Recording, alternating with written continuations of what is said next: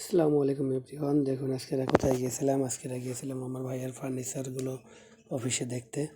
আর ভাইয়ের ফার্নিচারগুলো হচ্ছে কোথায় অসাধারণ। দেখুন, হাতিম ফার্নিচার এবং নাভানা ফার্নিচার, এই ফার্নিচার শোরুমের ম্যানেজার হচ্ছে আমার সেজ বোনের জামাই।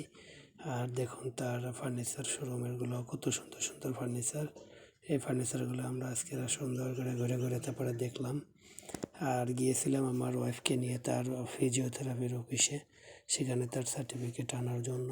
এবং ওখান থেকে ঘুরে আমরা গিয়েছিলাম শিববাড়ি মোড়ে গিয়েছিলাম।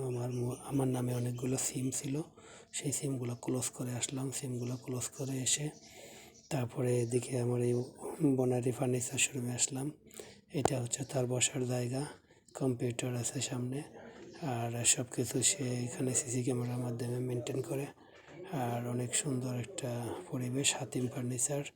আর এই অর্ডারটার দাম দেখুন, 50,800 টাকা একটা অর্ডারের দাম।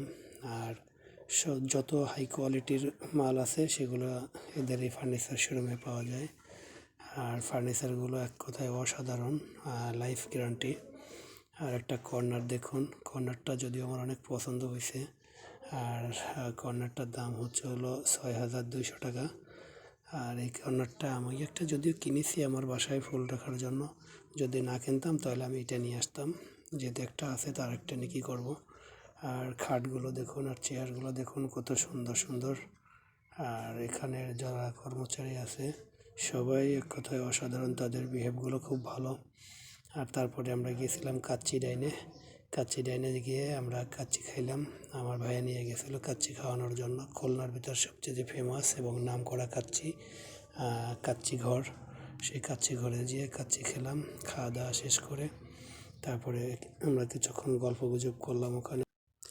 আর আমার ভাই একটা পার্সেল দিয়েছে, কাচ্চি পার্সেল আমার মেয়ের জন্য। আর এদিকে আমরা রূপসা এসে অনেক কিছু কেনাকাটা করলাম। দেখুন আমার ওয়াইফে আবার ঘর সাজানোর জন্য খুবই, তার মন মানসিকতা খুবই ভালো ঘর সাজানোর জন্য। সে অনেকগুলো জিনিস কিনেছে দেখুন ঘরের জন্য। আর চ্যানেলটা যদি ভালো লাগে অবশ্যই সবাই লাইক কমেন্ট শেয়ার করে পাশে থাকবেন।